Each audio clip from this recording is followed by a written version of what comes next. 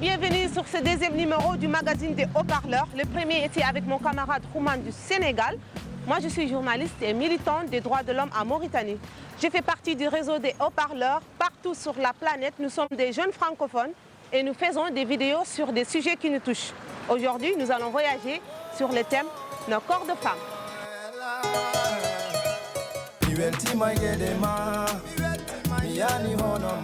Nous sommes à Nouakchott, dans la capitale mauritanienne, au cœur du centre-ville, devant le parc de la biodiversité. Ici, souvent avec les femmes de mon association, nous organisons des rencontres autour des thématiques droits et libertés. Parce qu'en Mauritanie, les droits des femmes ne sont pas toujours respectés. J'ai invité des amis à moi pour regarder avec vous des vidéos de nos amis haut-parleurs de France et de Côte d'Ivoire et discuter après de nos corps de femmes. Ces corps qui sont souvent maltraités dans beaucoup de nos sociétés. Si vous êtes prêts, alors on y va.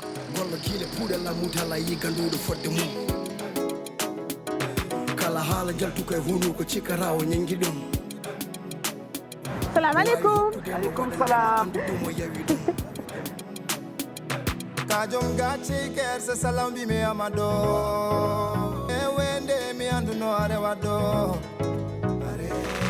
Bonjour les amis, je vous ai invité aujourd'hui pour parler de sujets comme nos corps de femmes.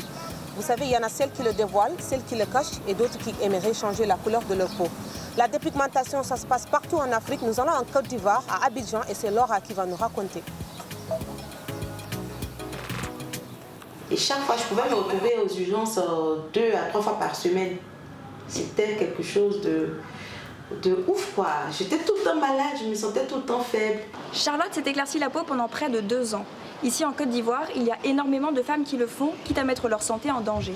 J'ai du mal à le comprendre et c'est pour ça que j'ai choisi ce sujet. Je m'appelle Laura, à Abidjan. Charlotte a été victime de ce fléau. J'entendais plus les mérites des femmes à la peau claire. Implicitement, je me disais qu'elles avaient beaucoup plus de succès. Et donc naïvement, je m'y suis mise aussi. Il n'y a pas de chiffre officiel, mais d'après Charlotte, plus de 70% des femmes ici utilisent des produits pour se dépigmenter la peau. Certaines disent que c'est parce que les hommes préfèrent les femmes claires, alors j'ai été leur demander. Moi j'aime les femmes claires, naturelles. Pourquoi? Bon, j'aime ça comme ça, je sais pas pourquoi, mais j'aime ça. J'ai surtout rencontré des hommes pour qui la couleur de peau n'a pas d'importance. Alors soit ils sont hypocrites, soit les femmes ont des raisons plus profondes de se dépigmenter.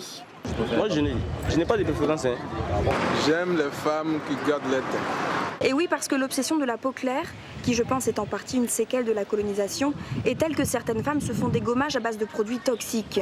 On trouve même des produits éclaircissants en pharmacie. Pourtant, on connaît mal leurs impacts. Il y a également les cas de cancer de la peau qu'on a pu penser accélérer par de tels produits. Mais de là à avoir des certitudes, il faudrait à mon avis qu'il y ait beaucoup plus d'études post-mises sur le marché de tels produits, chose qui n'est pas faite. Charlotte, elle, achetait une crème en pharmacie. La plupart sont à base d'hydroquinone, un agent utilisé entre autres pour développer les photos argentiques. J'ai arrêté parce que c'était maintenant devenu une question de vie ou de mort. Et chaque fois, je pouvais me retrouver aux urgences 2 à 3 fois par semaine. C'était quelque chose de ouf quoi. J'étais tout le temps malade, je me sentais tout le temps faible. Il y a 2 ans, l'État a limité la vente des produits éclaircissants, mais ça n'a pas vraiment changé grand-chose. L'État ferait mieux de mener des études sérieuses sur les effets secondaires et de sensibiliser les femmes. Vous avez vu la vidéo de Laura. Donc la dépigmentation, ça se passe partout en Afrique et en Mauritanie aussi. On a énormément de femmes qui s'éclaircissent la peau. Aïcha, je vais commencer par toi. Vous pensez quoi de la dépigmentation? Je pense que rien n'est plus beau que le naturel. Le fait d'être naturel, et d'ailleurs ça se voit dans cette réunion, on est toutes différentes de toutes sortes d'ethnies. Donc il y a toujours ce traumatisme de prendre le blanc comme modèle à suivre, alors que c'est tout à fait faux. Rien n'est plus beau que le naturel. Il y a aussi un grand deal, un grand business derrière, parce que le fait de vendre ces produits, ça fait rapporter de l'argent à des entreprises. Donc, quelle est la réglementation qui a été mise en place? Et pour moi, aujourd'hui, en tant qu'homme, une femme ne sera jamais belle quand elle essaie de se transformer. Et d'ailleurs, il y a un proverbe qui le dit. Un morceau de bois a beau séjourner dans l'eau ne deviendra pas caïman. En fait, ce qui est bizarre aussi qu'on voit en Occident, les femmes passent leur temps à se bronzer sous le soleil ou à utiliser des produits pour se bronzer la peau.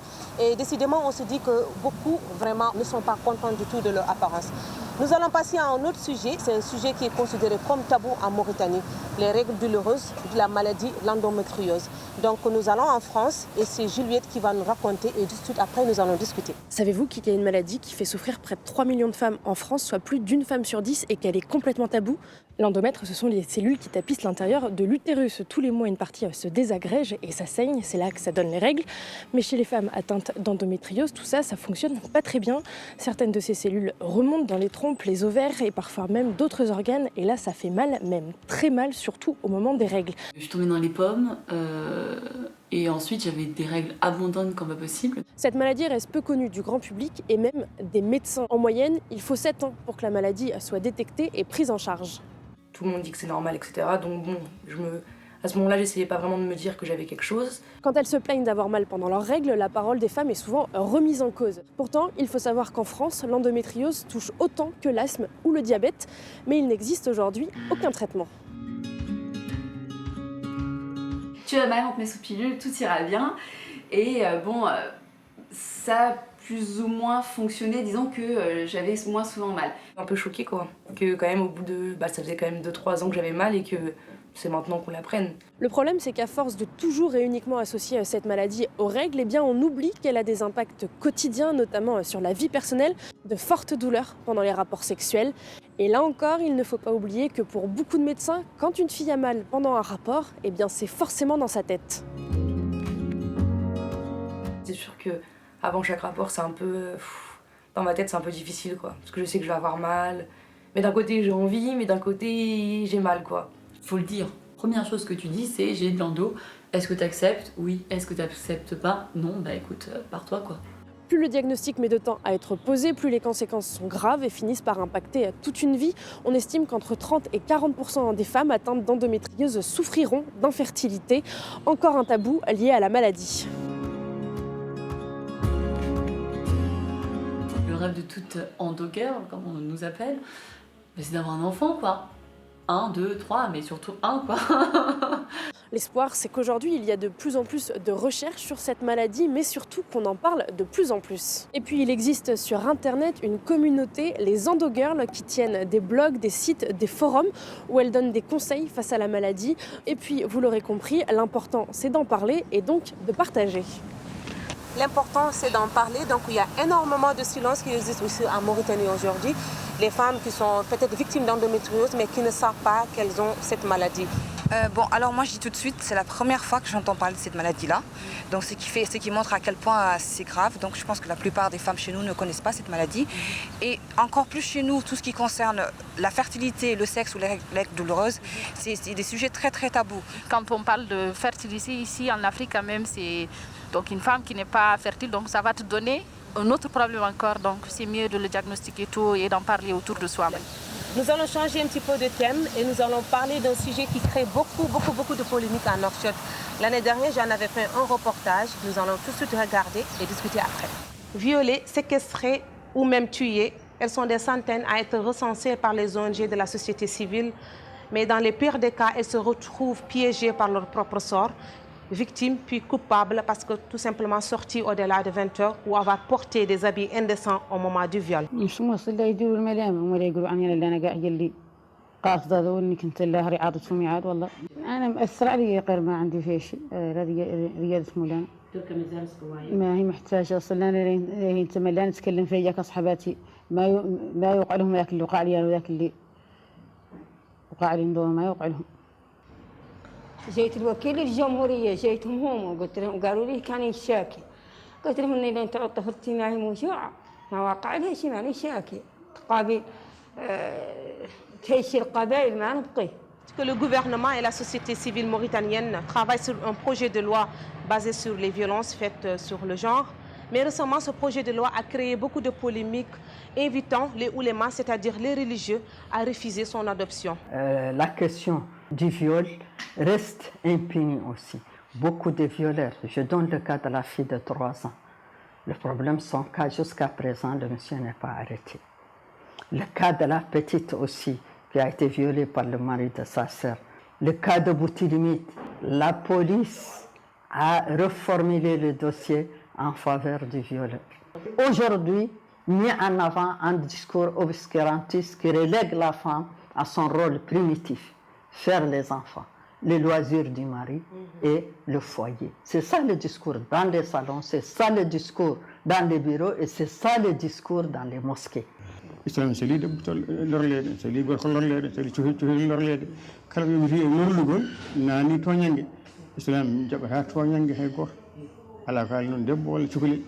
Je lance un appel aux femmes mauritaniennes, aux autorités mauritaniennes et à l'opinion internationale pour faire pression sur les autorités mauritaniennes. Oui, pour une loi qui condamne le viol, oui, pour une loi qui protège la femme, mais la question est juste où comptons-nous aller pour revendiquer nos droits? Où sommes-nous obligés d'attendre chaque année qu'une de nos petites filles, notre petite sœur, notre cousine, tante ou mère soit violée pour agir? Khalid Diallo, j'aimerais avoir ta réaction sur cette vidéo, mais aussi sur le viol en général en Mauritanie. Un projet de loi a été présenté au Parlement mauritanien. Et ce projet de loi a très mal été utilisé. Ils ont mis en avant que les femmes mauritaniennes veulent avoir plus de pouvoir que les hommes. Pourquoi il est tombé à l'eau? Parce que tout simplement la majorité des députés, ce sont des hommes. En tant qu'homme, je suis vraiment pour cette loi qui soit aujourd'hui là pour défendre nos femmes. Toujours on inculque aux petites filles depuis le bas âge, méfie-toi, ne sors pas. Mais vous n'allez jamais trouver une mère qui dit à son fils, tu n'as pas le droit de toucher une femme, son corps ne t'appartient pas, tu n'as pas le droit de lui dire des mots qui ne lui plaisent pas, non, jamais. Moi j'ai plutôt une question. Ces femmes qu'on accuse de mal s'habiller ou celles qui sortent le soir, c'est quoi l'alibi en fait pour les enfants? Vraiment. Et c'est quoi aussi l'alibi pour les femmes voilées? C'est quoi l'alibi pour les femmes qu'on trouve chez elles et qu'on agresse chez elles? Il faut arrêter de culpabiliser ces femmes. Quand il n'y a pas de loi qui protège la femme, quand la société ne protège pas la femme et ne protège pas ses enfants non plus, moi je ne vois pas, moi en tant que victime, pourquoi je vais aller porter plainte? Il y a énormément de tabous, il y a énormément de silence, il faut vraiment qu'on arrive à le briser. Je vous remercie, vos impressions, vos avis ont été super intéressants. Rendez-vous très prochainement sur TV5 et sur les haut-parleurs.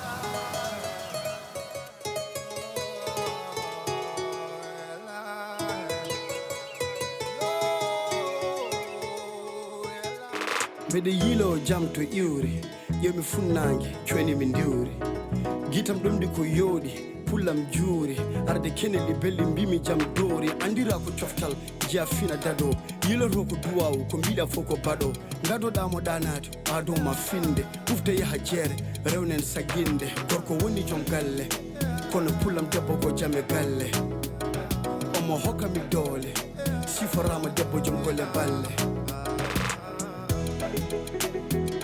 Mede yidi weltade wana tazo wana kulambado